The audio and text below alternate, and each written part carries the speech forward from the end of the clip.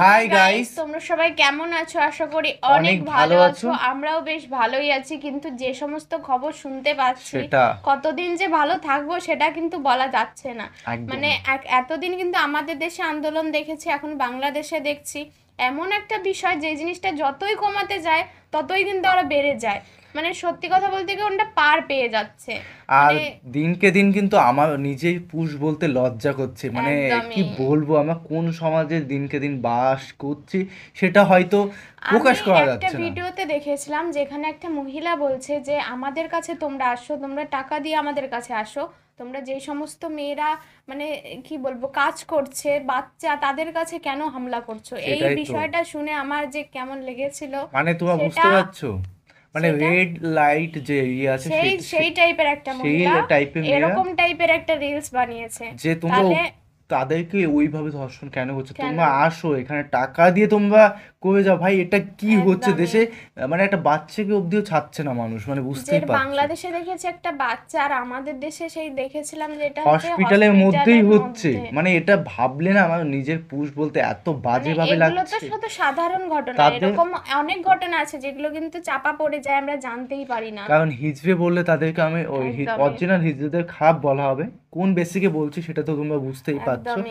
ধর্ষকের যে শাস্তি চাই, আজহারি হুজুরও বলতে যাচ্ছে যে ধর্ষকের কিন্তু শাস্তিটা চাওয়া অবশ্যই দরকার, কারণ যেটা ঘটছে। আজহারি হুজুর এমন ভাবে গুসা হয়ে যে বিষয়টা বলছে সেটা কিন্তু আমাদের জানা অবশ্যই দরকার। একদম। আর ধর্ষকদের কি শাস্তি হওয়ার দরকার সেটা ভিডিওটা না দেখলে বোঝা যাবে না। আর তোমার কমেন্টে জানো তাদেরকে কিভাবে শাস্তি দেওয়া উচিত। তোমাদের মনের মধ্যে যাই আছে না কেন আমাদের সঙ্গে শেয়ার করতে পারো, কারণ আমরা তো অনেক দিন থেকেই তোমাদের ভিডিও বিনোদন দিচ্ছি, সেজন্য আমাদের জানানো অবশ্যই কর্তব্য। আর আজকে সিরিয়াস টপিক, এটাকে অবশ্যই লাস্ট পর্যন্ত দেখার সবাইকে অনুরোধ রইল। আর কমেন্ট অবশ্যই করে যাবে যে কি করা উচিত। একদম। আর মেইন ভিডিও তোমার ডিসক্রিপশন বক্সে পেয়ে যাবে, ওখান থেকে তোমরা চেক আউট করতে পারো। তো চলো গাইস, আজকে ভিডিওটি শুরু করা যাক। একটা মেয়ে ধর্ষিতা হয়েছে, এজন্য ইসলাম দিয়ে যদি আইন কায়েম করা হয় 24 ঘন্টার আলটিমেটামে সব বিচার হয়ে যাবে। যেরকম ঠিক কি না? একদম। আর কোন ধর্ষক বাংলার জমিনে জন্মাতো না, চিল্লায় বলো ঠিক কি না? ইসলাম বলে চোরের হাত কেটে দাও, জেনা ব্যভিচার করলে ডেথ পেনাল্টি। সৌদি আরবে হেড অফ করে, গলা কেটে ফেলে। বাংলাদেশেও যদি এটা করা যেত খবর হয়ে যেত। আর কোন ধর্ষক বাংলার জমিনে জন্মাতো না, চিল্লায় বলো ঠিক কি না? চুরি করলে হাত কাটো, কথাটা কার? السارق والسارقة فاقطعوا أيديهما جزاء بما كسبا نكالا من الله والله عزيز حكيم. If anyone steal something very precious from the society, the government should cut down his right hand. দামি কিছু চুরি করলে এটা সাক্ষীর দ্বারা সাব্যস্ত হলে গভর্নমেন্টের উচিত তার ডান হাতটা এক কোপ মেরে কেটে দেয়া। কার কথা? বানু মাখজুমিয়া গোত্রের এক মেয়ে মদিনাতে চুরিতে ধরা পড়ল। অনেক বড় ফ্যামিলির, ডিগনিফাইড শিল্পপতির মেয়ে। সাহাবারা বলল এই মেয়ের হাত যদি বিশ্বনবী মদিনায় কেটে দেয়, মদিনাতে তো মারামারি লেগে যাবে। কে বলবে বিশ্বনবীর কাছে যে সুপারিশ করার ক্ষমতা কারো নাই? বিশ্বনবীর পালক পুত্র উসামা বিন যায়েদ ইবনে হারেসা, তার ছেলে উসামা পালক পুত্রের ছেলে, তাকে বিশ্বনবী বড্ড ভালোবাসতো। তার উপাধি হলো হুব্বু রাসূলিল্লাহ, বিশ্বনবীর ভালোবাসা।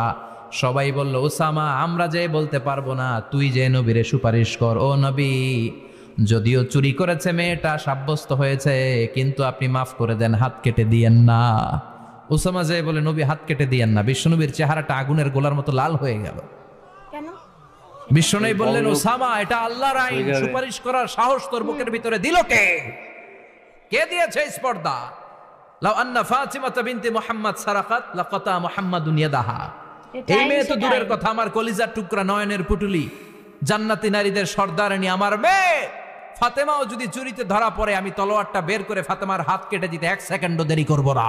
বাহ, অসাধারণ। কারণ আইনটা কার? চিল্লায় বলেন কার? এরকম আইন হওয়া উচিত। এজন্য বাংলাদেশে চুরি চামারি আছে না নাই? হাজার হাজার কোটি টাকা উধাও হয়ে যায়। একদম, এটা বেশি। যারা এই চুরি করবে হাত কেটে দেয়া হবে। বাইতুল মুকাররমের স্কয়ারের সামনে হাত কেটে দেয়া হবে। আর প্রতিটা চ্যানেল লাইভ ব্রডকাস্ট করবে, এটা সরাসরি সম্প্রচার। আমরা সবাই দেখবো কেমনে চোরদের হাত কাটে। এই নিয়ম যদি করে দেয় দেশে আর চোর খুঁজে পাওয়া যাবে? কথা কন। তবে এই চোর লাউ চোর, ডাইল চোর, মুরগি চোর না, যারা 1000 কোটি টাকা মেরে দেয়। এক সিগনেচারে দেশের 10,000 কোটি টাকা নাই, চিল্লায় বলো ঠিক কিনা? হ্যাঁ, এটাই। এই চোরদের বিচার যদি করা যেত তাহলে এই দেশে আর দুর্নীতি থাকতো? একদমই থাকতো না। দুর্নীতি দমন কমিশনের দরকার হতো না। মন্ত্রীদের রাতের ঘুম হারাম হতো? এটা মদিনার সমাজ হয়ে যেত, শান্তির বাংলাদেশ হয়ে যেত, ঠিক কিনা? এজন্য আল্লাহ বললেন, গোলাম এই জমিনের ভেতরে চুরি করলে হাত কেটে দিবা, জিনা ব্যভিচার করলে ডেথ পেনাল্টি, ক্যাপিটাল পানিশমেন্ট, মৃত্যুদণ্ড, সর্বোচ্চ শাস্তি, ঠিক কিনা? একদম। একটা মেয়ে ধর্ষিতা হয়েছে, তার বিচার হয়েছে না? প্রক্রিয়াধীন হচ্ছে, সবাই অ্যারেস্ট হচ্ছে। এজন্য ইসলাম দিয়ে যদি আইন কায়েম করা হয় 24 ঘন্টার আলটিমেটামে সব বিচার হয়ে যাবে, যেরকম ঠিক কিনা? ইসলাম বলে চোরের হাত কেটে দাও, জেনা ব্যভিচার করলে ডেথ পেনাল্টি। সৌদি আরবে হেড অফ করে, গলা কেটে ফেলে। বাংলাদেশেও যদি এটা করা যেত খবর হয়ে যেত। আমাদের ইন্ডিয়াতে আর কোন ধর্ষক বাংলার জমিনে জন্মাতো না, চিল্লায় বলো ঠিক কিনা? ঠিক। আল্লাহ বলেন, আমি মানুষকে খলিফা বানিয়েছি আমার এই হুকুম আহকামগুলো বাস্তবায়নের জন্য। সব সৃষ্টিকুলের মধ্য থেকে মানুষকে আমি বানিয়েছি আশরাফুল মাখলুকাত, আবার মানুষকে বানিয়েছি আমি আমার খলিফা। আবার মানুষের চেহারাটা আমি আল্লাহ সব চাইতে সুন্দর করে তৈরি করেছি। সুবহানাল্লাহ। লাকাদ খালাকনাল ইনসানা ফি আহসানি তাকওয়িম। আমি মানুষের চেহারাটা সব চাইতে চমৎকার অবয়ব দিয়ে তৈরি করেছি রে গোলাম। সুবহানাল্লাহ। পৃথিবীতে যত প্রাণী আছে সব সৃষ্টির মধ্য থেকে আমাদের সৃষ্টিটা সুন্দর না? আপনি হিউম্যান অ্যানাটমি নিয়ে যদি গবেষণা করেন, কেমনে আল্লাহ আমাদের এখানে হার্ট দিলেন, লাঞ্চ দিলেন, হ্যাঁ, তারপরে 206টা হাড্ডি দিলেন, হাড্ডিগুলো আবার ব্যান্ড করা যায়, দেখছেন? বাঁকা করা যায় না? এটা বাঁকা করা যায়। বাঁকা না করলে আপনি খাইতে পারতেন? ক্রিকেট যারা খেলো, পেস বল করতে পারতা? স্পিন বল, হ্যাঁ, অফিস স্পিন, লেগ স্পিন, কয় হুজুরও জানে কেমনে এটি, তোর থেকে শিখছি বেটা। তো এই ছেলেবেলারা এরকম অফ স্পিন করে, লেগ স্পিন করে, এগুলো হচ্ছে আল্লাহর দেয়া কারিশমা। হাত ঘুরানো যায়। আল্লাহ যদি এটাকে এরকম ব্যান্ড করার সুযোগ না দিতেন, করতে পারতাম? তাহলে কেমন হতো? আবার এইখানেও বাঁকা করার সুযোগ আছে না নাই? এইখানেও আছে না নাই? আবার এইখানেও আছে না নাই? কত কাজ। বাজার করে যখন বাজারের ব্যাগ যখন নিয়ে আসেন, কোথায় ধরে রাখেন? আঙ্গুলে ধরে রাখতে হয়। ক্যারাম যখন খেলো, কি দিয়ে টোকা মারো? সুবহানাল্লাহ কয় না পোলাপান? আহা, কত খেলার সিস্টেম আল্লাহ দিলেন। আবার ক্রিকেটের মধ্যে 2 আঙ্গুল তুললে কি ওই যে সব মুখস্থ, আবার 1 আঙ্গুল তুললে কি আউট। দেখছেন ঘটনা? আউট। কত কাজ এই আঙ্গুল দিয়ে। এই আঙ্গুলগুলোর বাঁকা করার, বেন্ড করার ক্ষমতা আমাদেরকে দিয়েছে কে? আল্লাহ। এজন্য আল্লাহ বললেন, লাকাদ খালাকনাল ইনসানা ফি আহসানি তাকওয়িম। আমি মানুষের চেহারাটা সব চাইতে সুন্দর করে তৈরি করেছি। মানুষ সুন্দর, সত্যি। আমাদের চোখ সুন্দর না মিয়া? আমাদের চোখও যদি সুন্দর হতো তাইলে আমরা বুঝতাম মানুষগুলো কত সুন্দর। আমরা মনে করি ধলা হইলেই সুন্দর। না, কয় ধলা ধলা এটা সুন্দর, ধলা বিল্লা, ডাকাইত এগুলো ডাকা বিল্লা নাকি কালা বিল্লা। একটা মানুষের চেহারা স্কিন যদি কালো হয়, এর মধ্যে একটা সৌন্দর্য আছে না নাই? একটা মেয়ের স্কিন যদি কালো হয়, তারপরও চেহারায় সৌন্দর্য আছে না নাই? একদম। কয় না হুজুর, আমার বউ সুন্দর না, কালা কালা। আছে না নাই? তুই ডাকাত, তুই কি ডাকাত। একজন মানুষের চেহারা যেরকমই হয় আপনি খেয়াল করে দেখবেন, তারপরও তার অবয়বের মধ্যে একটা এক্সট্রা অর্ডিনারিটি আছে, কারোর সাথে কারোটা মিলে না। সুবহানাল্লাহ পড়েন। এজন্য প্রতিদিন স্ত্রীরে বলবেন, স্ত্রী তুমি সুন্দরী, তুমি অনন্যা, তোমার চাইতে সুন্দরী গোটা বিশ্বে কেউ নাই। কইবেন না? মুরব্বীরা কয় না, কইতাম না, আগে কইয়া ফেলাইছি। এগুলো বলবেন। এগুলো বললে স্বামী স্ত্রীর মধ্যে ভালোবাসা বাড়াই দিবে কে? আল্লাহ। আমি প্রায় এগুলো বলি, উৎসাহিত করি যে স্বামী স্ত্রীর মধ্যে যে ভালোবাসাটা, এটা পবিত্র, এটা জান্নাতি। এই ভালোবাসা জান্নাতে শুরু হয়েছিল সাইয়েদনা আদম আর হাওয়ার মধ্য দিয়ে। চিল্লা এখন ঠিক কিনা? স্বামী স্ত্রী দুইজনে একের হাতের সাথে আরেকজনের হাত মিলালে হাতের সগীরা গুনাহ মাফ করে কে? আল্লাহ। স্ত্রীর চেহারার দিকে নজর করে তাকালে চোখের গুনাহ মাফ করে দেয় কে? আল্লাহ। স্ত্রীর জন্য প্রতি মাসে যে খরচ দেন, এই টাকাগুলো সদকা দেওয়ার সওয়াব আছে না নাই? স্ত্রীকে যে দামি দামি ভ্যানিটি ব্যাগ কিনে দেন, এটা তো সওয়াব আছে না নাই? কক্সবাজারে ঘুরতে নিয়ে গেলে সওয়াব আছে না নাই? ফুল কিনে দিলে সওয়াব আছে না নাই? ভালোবাসার গান শোনাইলে সওয়াব আছে না নাই? তোমারে লেগেছে কত যে ভালো, চাঁদ বুঝি তা জানে, রাতেরও আধারে দোসর হয়ে তাই সে আমারে টানে, চাঁদ বুঝি তা জানে। ঠিক কি না? আজকে পারবেন না শোনাইতে রাত্রেবেলা? পারবেন? পারবেন? পোলাপাইন রাখায় পারবো তো, কত বেটা বিয়েই হয় নাই, বিয়ের পরে শোনাইস।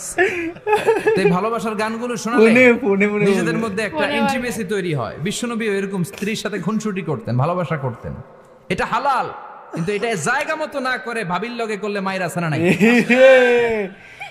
ভালোবাসার গান জায়গা মতো শোনাতে হবে। স্ত্রীকে ভালোবাসার গান না শুনিয়ে যদি চাচাতো বোনরে শোনাও, শালিরে শোনাও, পাড়ার মেয়েদের সাথে যদি টাঙ্কি মারো, ফিল্ডিং মারো, মায়ের আছে না নাই? তার মানে জায়গা মতো করলে সব সওয়াব। সুবহানাল্লাহ পড়েন। আর বিয়েটারে সহজ করে দিবেন। আমি তো সব জায়গায় বলি বিয়েটাকে সহজ করে দেন, আমরা বিয়েটারে কঠিন করে ফেলছি।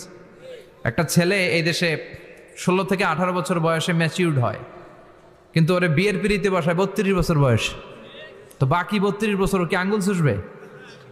কথা কন, কি করবে? ও যে পাপ কাজ করে, ও যে পর্নোগ্রাফি দেখে, ও যে মাস্টারবেশন করে, এগুলোর পার্সেন্টেজ গুণা মা বাবার আমল নামায় আছে না নাই? মা বাবার এত সহজে পার পেয়ে যাবেন না। ছেলে মেয়েগুলারে সময় হলে বিয়ে দিয়ে দেন।